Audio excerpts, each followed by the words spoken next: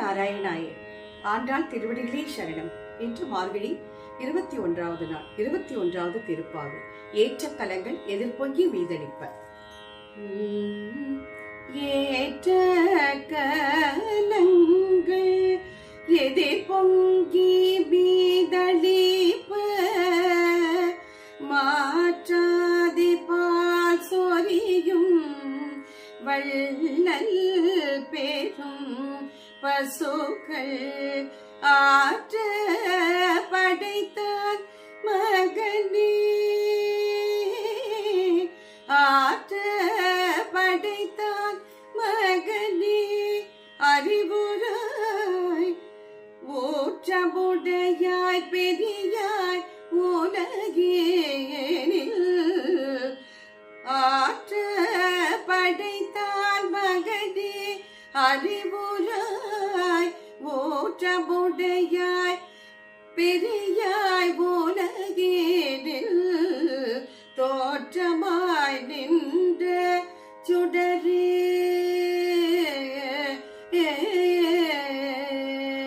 தோற்றமாய் நின்ற சுடரே, தூயிதழ மாற்றார் உனக்கு வலி தொலைதும் வாசர் கண், ஆற்றாது வந்தும் அடிபணியுமா போலே, ஆற்றாது வந்தும் அடிபணியுமா போலே, போற்றியாம் வந்தோம் புகழ்ந்தேனோரெம்ப.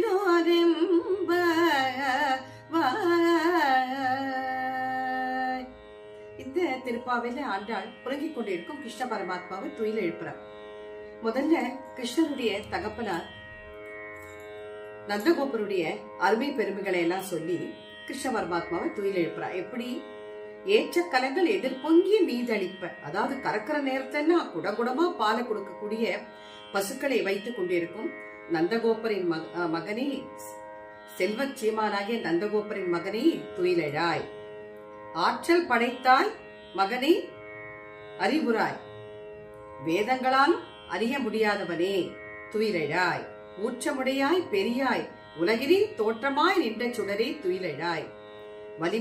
வலிமையானவனே, எதிரிகளை அடக்கும் வலிமை கொண்டவனே, அப்பேற்பட்ட வேதங்களால் கூட அறியப்படாதவனே, வேதங்களால கூட கிருஷ்ண பரமாத்மாவை அறிய முடியாது. அப்பேற்பட்ட வலிமை கொண்ட அருட்குணங்களை கொண்ட எங்கள் திருமாலே துயிலழாய்.